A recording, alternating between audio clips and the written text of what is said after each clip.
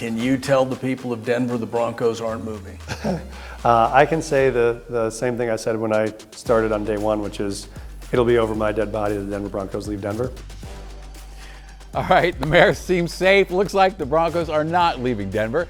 After years of speculation, the Broncos today announced plans to build a new, privately funded stadium in Denver's Burnham Yard with a retractable roof. And this is on I-25, just across from there, near the current site, not too far, about a mile away from Empower Field. Glad you're with us. A big night tonight on Denver 7. I'm Shannon Ogden. And I'm Jessica Porter, live here at Burnham Yard. I'm glad no violence had to be involved with picking this new stadium site. Now, this area behind me is home to an RTD light rail station. You can see the train right here. This area used to be the site of a major rail yard, and it has a history with Denver's working class community going back more than 150 years. Now, it will have a new chapter as the new proposed site and planned site now, I should say, for the Denver Broncos football team. The new stadium will be built for the 2031 season, so we've got quite a few years to go, but it is a very exciting day for Broncos country. And we have team coverage for you tonight. Denver 7's Colette Bordelon live at Empower Field, the old place, looking into the future of that site and that neighborhood. First, though, Jessica, you have a special guest who's actually credited with the idea of coming up with the Burnham Yard site. So we've found kind of a mastermind behind the plan here. Joining us now is Lisa Kaufman. She's the former chief of staff for Governor Jared Polis. Lisa, thank you so much for being here tonight. Thank you for having me. So Lisa, let's take a look at this land behind us. I mean, you must have had a bold idea here where you looked at this and believed this could be the future home of the Denver Broncos. How did you make that happen? Well, the state of Colorado purchased the site in 2020 from Union Pacific. They had decommissioned it in 2016. So it was really an abandoned rail yard that was really part of our fabric of who we are as a state because it predated statehood. Territorial Governor Hunt teamed up with General Jackson to purchase the land with a military warrant and really made it the center of commerce for Denver back 150 years ago.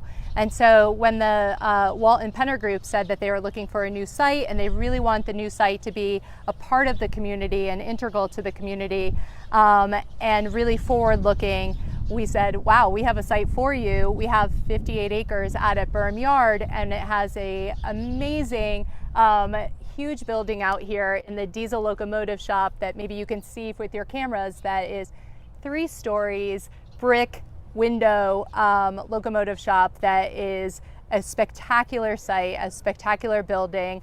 And when we brought them out here and they saw it, they saw the vision too. So you have this meeting with the Penners. First of all, what are they like? And how did that meeting go? They're wonderful and they're so community oriented. They're so invested in both Colorado, Denver, and their fans and their players. And they really had this vision of how we catapult the team into being the best team in the league, the best place to work and play. And they saw the vision on how this could be a part of the community, how we can have a ground up transit oriented development that was beneficial for the whole city. Well, thank you, Lisa, for keeping the Broncos here in Denver. And thank you so much for talking with us this evening. Oh, well, you're giving me way too much credit. I really appreciate you having me and seeing this spectacular site. It's going to be a magnificent site for the state and for fans. We are all so excited. And there are a lot of questions out there. Another major question about the Broncos moving is when they leave Empower Field, what will happen to that community and that site? So Denver 7's Colette Bordelon is live there for us tonight. She's taking a look at what could happen after the team makes the move across I-25.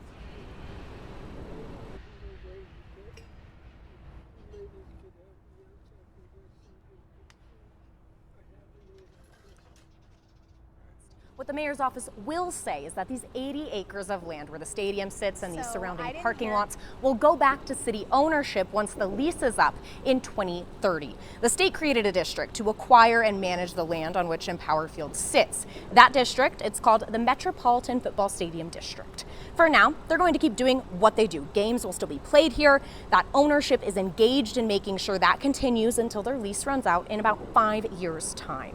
Those with the district doubt there will be another needed for the new stadium since it's going to be privately funded and owned, but what happens to the space it leaves behind? I've talked to people who say more housing is needed in the area, specifically affordable housing, and one professor who believes whatever's next, it needs to enhance this area. It is a center. It generates a lot of economic activity, and it's great for the community as a whole. But there are some negative aspects associated with it. You have increased traffic on game days. There's parking problems in the area. That could be a problem for neighborhoods that surround it. In that Empower Field area, this new development, whatever it is decided it to be, should then fit very well with the surrounding neighborhood. There's a lot of questions naturally about what exactly is going to happen to this space, and I want to hear what questions you have. There should be a QR code on your screen. Scan it, get in touch with me tonight. I'll bring those questions on air at 10, and then we'll follow up with them throughout this entire multi-year long process. We are live at Empower Field at Mile High. Colette Bordelon, Denver 7. All right, we know you'll stay on top of it. Colette, thank you for that tonight. And you can also make your voice heard anytime calling our Broncos hotline. There's a number on your screen, and leave a message. You may hear yourself on the air.